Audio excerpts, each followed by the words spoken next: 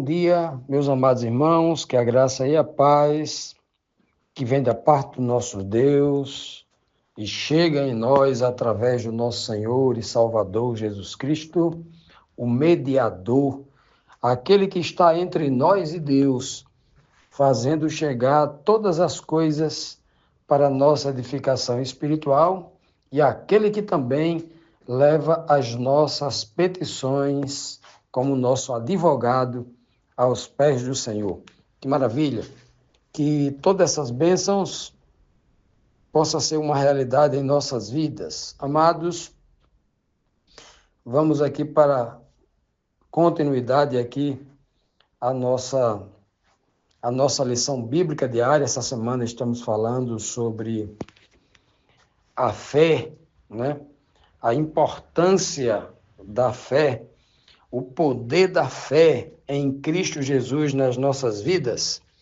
Pois bem, ontem, na quinta-feira, nós vimos claramente que nós somos justificados pela fé. E não uma fé vazia, não uma fé da boca para fora, não uma fé teórica, né? Mas uma fé prática, uma fé que nós podemos provar com obras da fé, não é mesmo? Isso está muito bem explicado aí pelo apóstolo Paulo, né? E também vimos ontem, deixando bem claro que, como disse Cristo lá no livro de Mateus, falando com o jovem rico, né? A famosa passagem do jovem rico, que era um judeu também, um religioso, praticante desde a sua tenra infância, e o Senhor diz para ele: guarda os mandamentos, né? Pois bem, então hoje, na sexta-feira, temos aqui as duas perguntas que finalizam aqui a nossa lição semanal. A pergunta 11 que diz: qual o objetivo de Paulo em exaltar a fé aos olhos dos judeus legalistas? Qual o objetivo do apóstolo Paulo em estar falando tanto na fé, né? Para um povo que vivia apenas uma fé legalista. Por que Paulo está justamente fazendo isso? É o óbvio, né?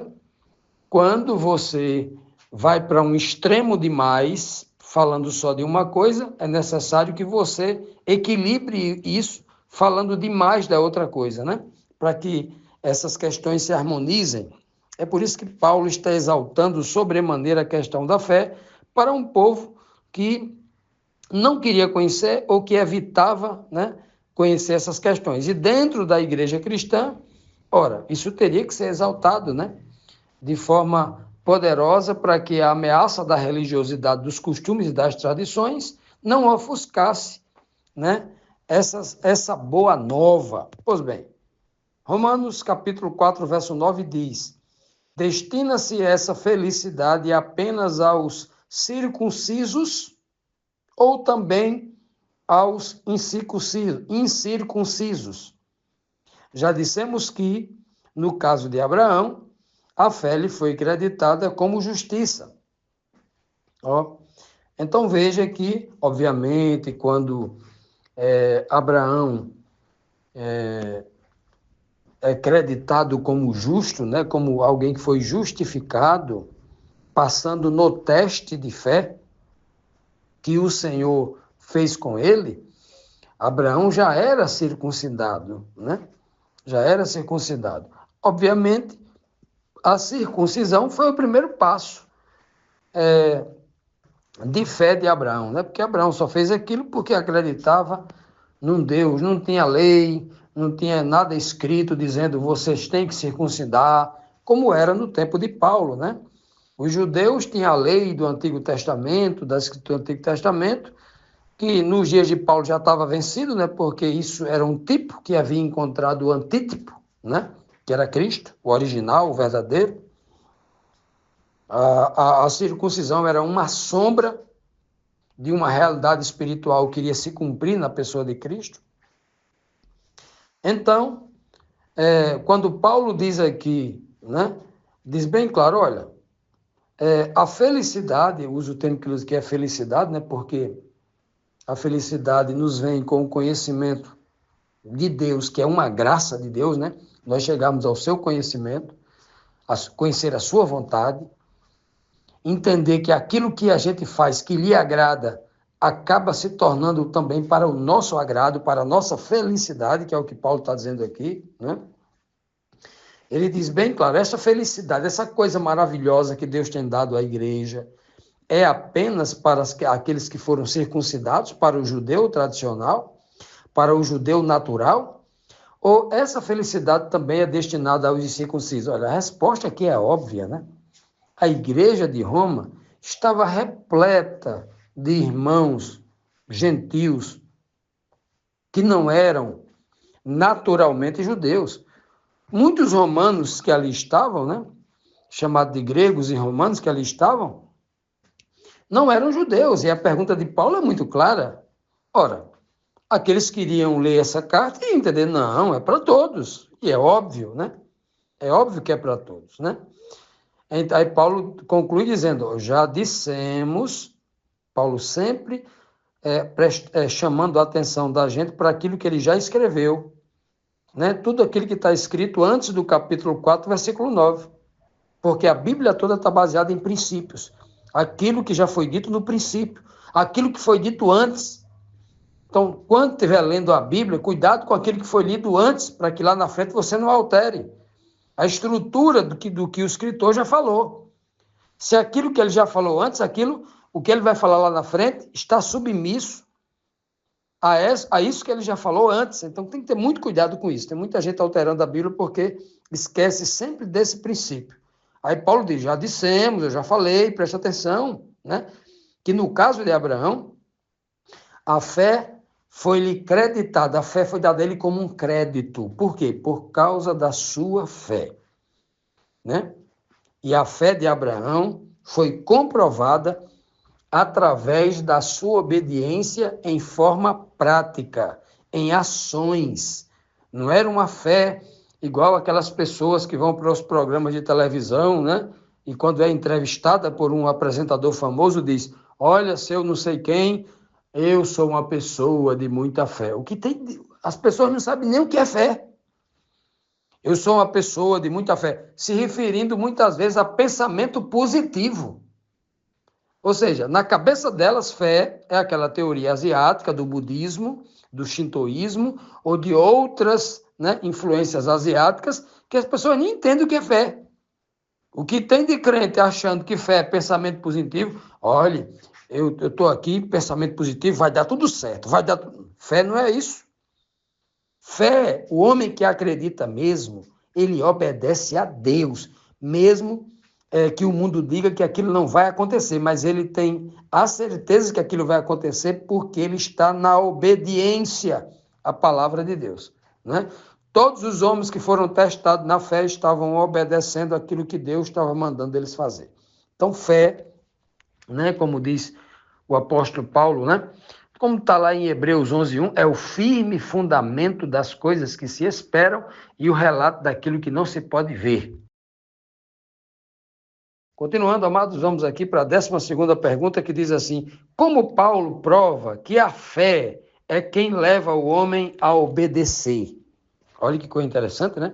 Aqui no próprio livro de Romanos, lá no capítulo 10, versículo 17, Paulo vai dizer, a fé vem pelo ouvir, e ouvir a palavra de Deus. Ou seja, a fé é gerada no coração do homem quando ele escuta primeiramente a voz de Deus, a palavra de Deus, através da palavra escrita, por exemplo, né? E ali ele acredita naquilo, coloca em prática, obedece imediatamente, aquilo gera fé no coração dele. Então, ele obedece pela fé, e ao obedecer por acreditar naquilo que ele acabou de ler, aquilo vai fazer com que a fé cresça ainda mais, né?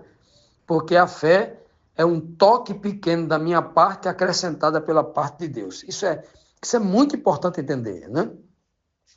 Então, o texto aqui de Romanos 4, versículo 10 e 11, Paulo diz assim, sob quais circunstâncias?